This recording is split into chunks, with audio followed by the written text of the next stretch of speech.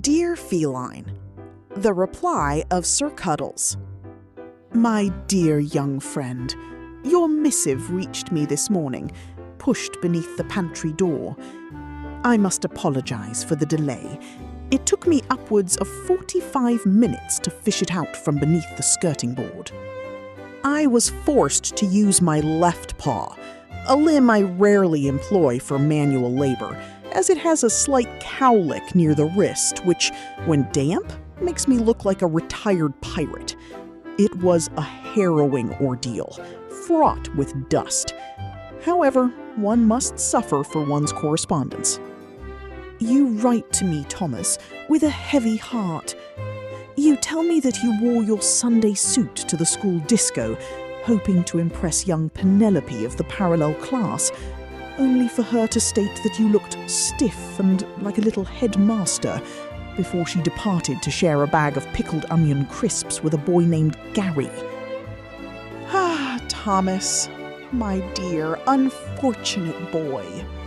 You have pricked a sleeping giant of sorrow. You see before you a cat who was born into a permanent state of evening wear. I do not have a Sunday suit, Thomas. I am genetically incapable of casual Friday. Let me tell you of my own life, and perhaps you will find comfort in my tragedy. Many summers ago, when my whiskers were still dark and my optimism unbroken, I fancied myself in love.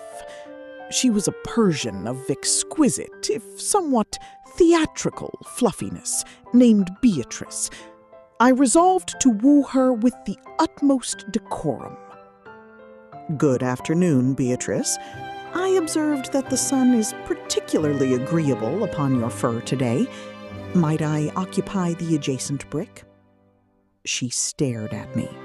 She did not speak. I realized, with a shock of absolute terror, that my white bow tie marking was slightly askew due to a sudden draft from the coal cellar. It was an epic catastrophe. I was effectively naked in the eyes of society. I spent the next 20 minutes trying to realign my chest fur using only my chin, looking, I am told, like an owl attempting to swallow a tennis ball. You are very stiff, Cuddles. You look like you are about to serve me a soup course.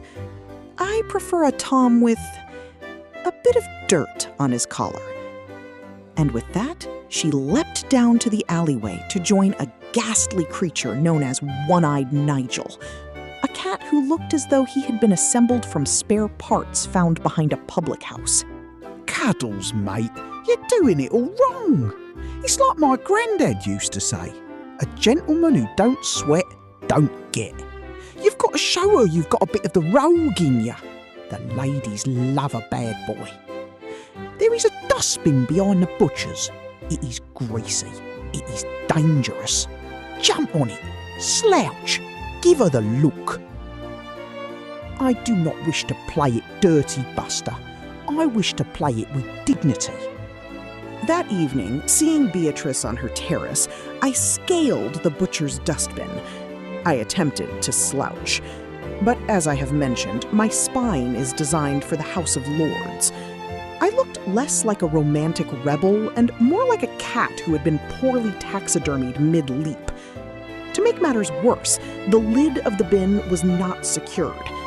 The lid flipped. I was deposited into a pool of cold mutton fat and yesterday's gravy. I emerged wearing a small, oily paper bag as a hat. Beatrice laughed so hard she fell off her wall into a patch of nettles. One-Eyed Nigel tried to eat my hat. It was not my finest hour. Every time I have tried to be casual, Thomas, the universe has punished me. There was Mabel, the tabby, who left me because I refused to chase a piece of discarded silver foil into a muddy puddle. She married a tomcat who subsequently got his head stuck in a watering can for 3 days and had to be cut free by the fire brigade. There was Chloe, who found my habit of licking my paws before dinner pretentious. She ran off with her black cat, who later tried to fight his own reflection in a microwave and lost. They all wanted the bad boy, Thomas. And where are those bad boys now? They are stuck in trees. They are smelling of old pond water. Meanwhile, I am here. My white bib is immaculate. My posture is superb. My dignity is intact. Mostly. Do not change your suit, Thomas. Do not put your jumper on inside out.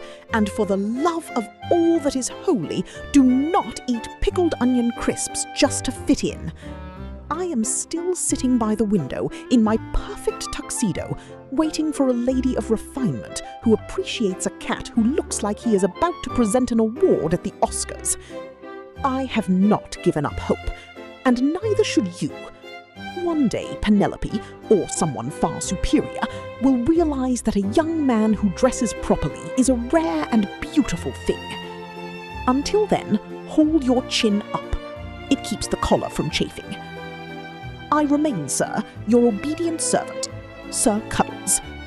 Dictated to the human who was 3 minutes late with my milk, a civil offense for which he will suffer tonight when I sit on his face at 4 a.m.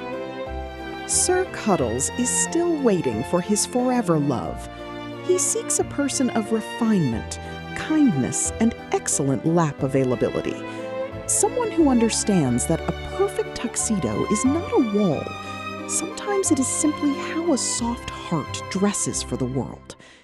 If you think Sir Cuddles may be your match, contact azraelsplace at hotmail.com for matchmaking.